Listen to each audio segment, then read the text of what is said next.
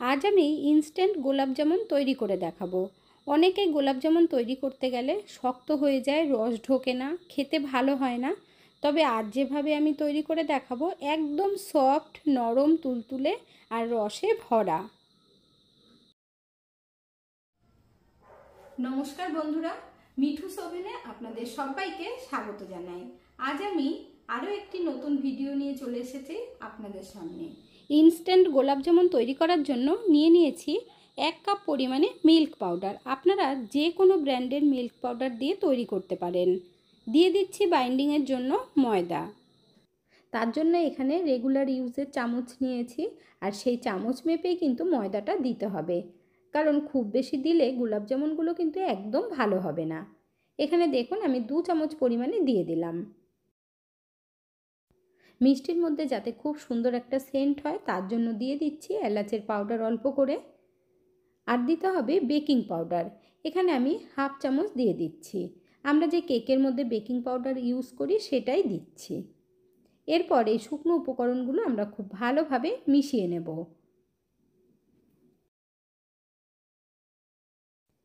এমনভাবে মিশিয়ে নেবেন যাতে কোনো রকম দলা পাকিয়ে না যায়, সেটা অবশ্যই খেয়াল রাখবেন বন্ধুরা। এখানে দেখুন খুব ভালোভাবে মেশানো হয়ে গেছে। এর মধ্যে এখন আমরা দিয়ে দেব ঘি। তার জন্য মেল্ট করা ঘি নিয়েছি, চামচ মেপেই দিতে হবে। সেম চামচ মেপেই আমি দিয়ে দিচ্ছি। প্রথমে 1 চামচ দেবেন, তারপর আর 1/2 চামচ দিয়ে দিতে হবে। 100 গ্রাম আমুল দুধের জন্য কিন্তু দিয়েছি 2 চামচ ময়দা আর 1.5 চামচ ঘি। এখানে আপনারা সাদা তেল ব্যবহার করবেন না, তাহলে ভালো লাগবে না। এখন আমরা ঘি মিল্ক পাউডারের মধ্যে আলতো আলতোভাবে মিশিয়ে দেব। খুব বেশি ঠেসে ঠেসে মেশাতে যাবেন না। এখানে দেখুন আমি কিন্তু খুব হালকা হাতেই মিলিয়ে নিচ্ছি। এরপর আমাদের লাগবে লিকুইড দুধ। এখানে 1/2 কাপ নিয়েছি, অল্প অল্প করে দিয়ে আমাদের একটা খুব সুন্দর করে ডো তৈরি করতে হবে, নরম নরম। এখানে দেখুন প্রথমে অল্প দিয়ে দিলাম। আমি যেভাবে তৈরি করে দেখাচ্ছি আপনারাও যদি ঠিক এভাবেই তৈরি করেন, আপনাদের গোলাপ জামুনও কিন্তু একদম পারফেক্ট হবে।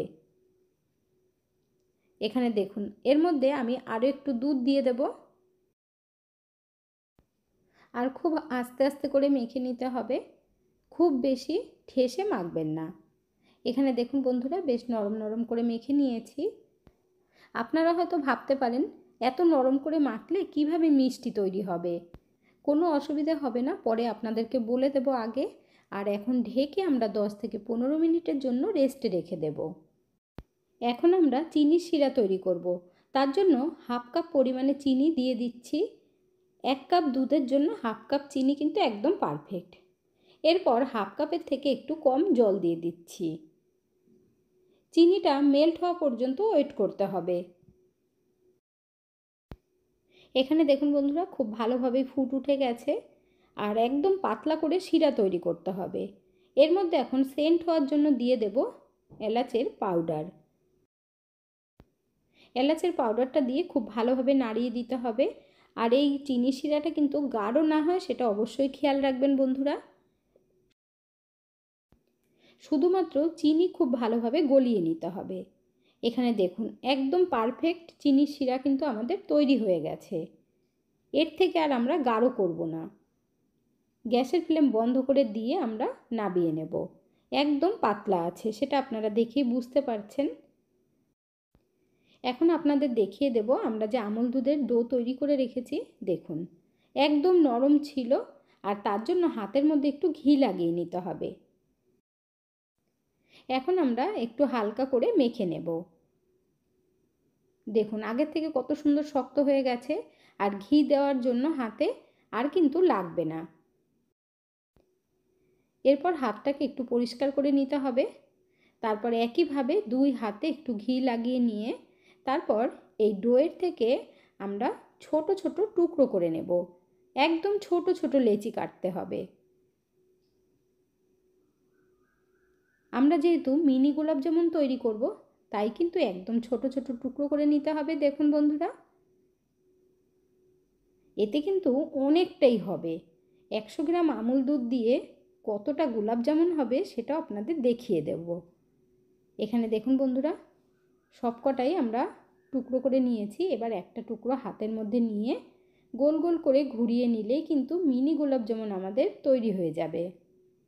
একটা তৈরি হয়ে গেছে, দেখুন কত সুন্দর লাগছে দেখতে। আর এগুলো কিন্তু পরে আরও বড় বড় হবে, তাই যত পারবেন ছোট করে নেবেন। এই মিনি গোলাপ জামুন তৈরি করতে কিন্তু খুব বেশি টাইম লাগে না, খুব তাড়াতাড়ি হয়ে যায়।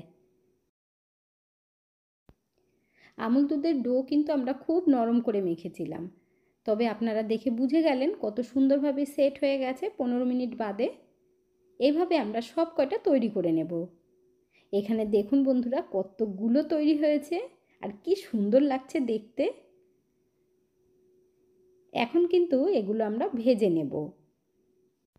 এই গোলাপ জামুনগুলো ভাজার পর যখন রসে দেবেন তখন দেখবেন ডবল হয়ে যাবে।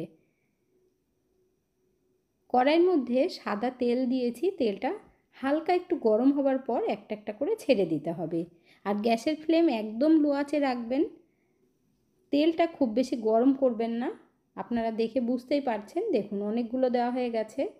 এখন আমরা নাড়াবো না, আস্তে আস্তে ওপরে যখন এইভাবে উঠে আসবে তখন কিন্তু নাড়াতে হবে। এই সময় গ্যাসের ফ্লেমটাকে হালকা একটু বাড়িয়ে দিয়ে ভাজতে হবে, তাহলে দেখবেন খুব সুন্দর হবে গোলাপ জামুনগুলো। এখানে দেখুন বন্ধুরা কত সুন্দর কালার হয়েছে। আর কিন্তু অনবরত নাড়তে হবে, উল্টে পাল্টে এমনভাবে ভাজবেন চারদিকের কালারটা যেন একই থাকে। গোলাপ জামুনগুলো ভাজা হয়ে গেছে, এখন একটা স্ট্রেনারের মধ্যে তুলে নিচ্ছি। এর থেকে আর বেশি লাল করা যাবে না, তাহলে কিন্তু একদম কালো কালো হয়ে যাবে। তেলটা ভালোভাবে ঝরিয়ে আমরা গরম গরম রসের মধ্যে দিয়ে দেব। এখানে দেখুন বন্ধুরা গরম রসের মধ্যে গোলাপ জামুনগুলো দিয়ে দিচ্ছি। আর রসে দেবার পরে যদি ওপরে এভাবে ভাসে তাহলে বুঝতে পারবেন গোলাপ জামুন একদম পারফেক্ট হয়েছে। এরপর ভালোভাবে নাড়িয়ে দিতে হবে। যখন রসটা ভেতরে ঢুকবে তখন কিন্তু নিচে বসে যাবে। এখন আমরা বাকিগুলো ভেজে নেব। এখানে দেখুন এই গোলাপ জামুনগুলো আমি এর থেকে আর বেশি কালার করব না, এই রকমভাবে ভেজে নামিয়ে নেব। তাহলে এই গোলাপ জামুনের কালারগুলো কিন্তু অনেকটাই হালকা হবে। দেখুন কত সুন্দর লাগছে ছোট্ট ছোট্ট গোলাপ জামুন। এখন আমরা রসের মধ্যে দিয়ে দেব। এরপর ভালোভাবে নাড়িয়ে দিতে হবে উল্টে পাল্টে। তারপর আমরা 2 থেকে 3 ঘন্টা রসের মধ্যে রেখে দেব।